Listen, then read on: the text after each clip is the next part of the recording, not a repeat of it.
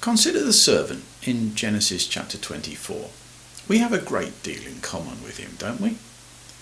He has a commission in which he will represent his master and go on a journey to a distant land where he, as a stranger and an alien, must first find the chosen young woman and then invite her to come back with him and join her whole life with that of his master. We, on the other hand, are sent out to make disciples of all nations, appointed to go and bear fruit that will last, the end result of which is going to be the holy city, the New Jerusalem, coming down out of heaven from God, prepared as a bride beautifully dressed for her husband.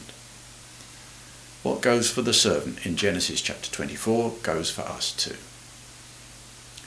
So here are some things that we can learn from the servant and his journey. First, he takes with him on his journey all kinds of good things from his master. He is a mobile advert for Abraham's wealth and status, and so for the faithfulness of God towards Abraham. He isn't just going to be asking some young woman to detach herself from paganism and believe in the promises of God sight unseen. His entire caravan is evidence that Abraham's God can be fully trusted. Note that this is important for the servant himself. When he does finally sit down at the well, he can pray with faith because he's ridden all those miles surrounded by evidence of God's faithfulness and kindness to his master. When people see the church coming then, in the shape of us, are they looking at a caravan laden with all kinds of good things?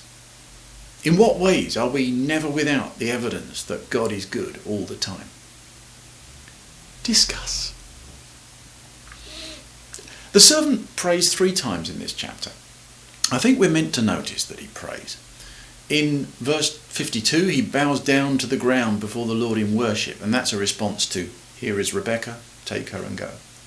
In verse 27, he utters praise when Rebekah reveals her kinship with Abraham. And in verse 12, this is the first time in the Bible that someone directly asks God for guidance. And God answers his prayer before he has even finished praying. Now, before we all start pouting and saying, when I pray for guidance, the answer never comes back as quick and clear as that, maybe we need to think, are we asking for the same kind of guidance? The servant isn't asking for a line on which job to apply for, or which house to buy, or even on whom he should take for his own wife, important as all these things are. He's asking to be shown the one the Lord has chosen for Isaac. If we want prompt answers, let's try asking something like, who do you want me to talk to in the canteen this morning, Lord?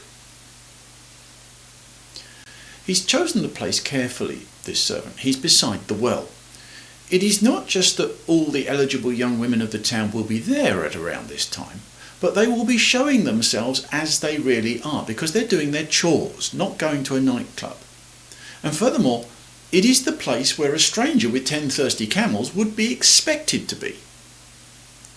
So how good are we at finding the places where the people in our community are being themselves and where we enter their territory without looking out of place? Okay, let's skip forward to verse 33. "I will not eat until I have told you what I have to say," says the servant. And this is about transparency, isn't it?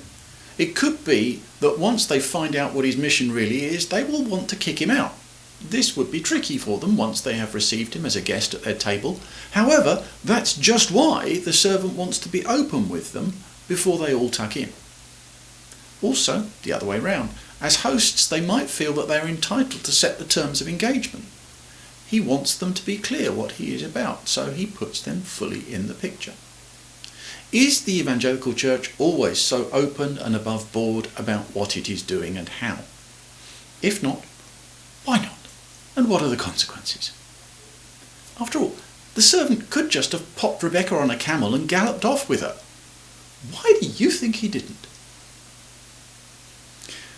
Lastly, the servant remains a servant throughout. He is the one asking them, "Send me on my way."